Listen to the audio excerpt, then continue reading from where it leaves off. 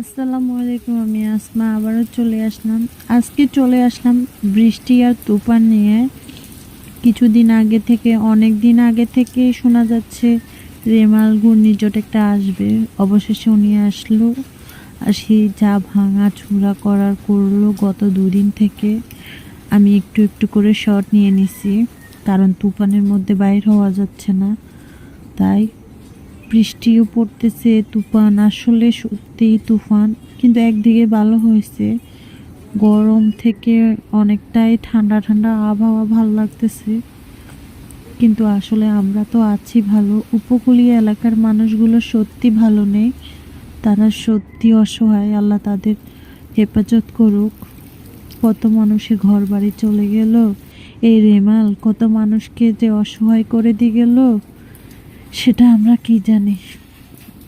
আসলে কিন্তু এই রেমাল অনেক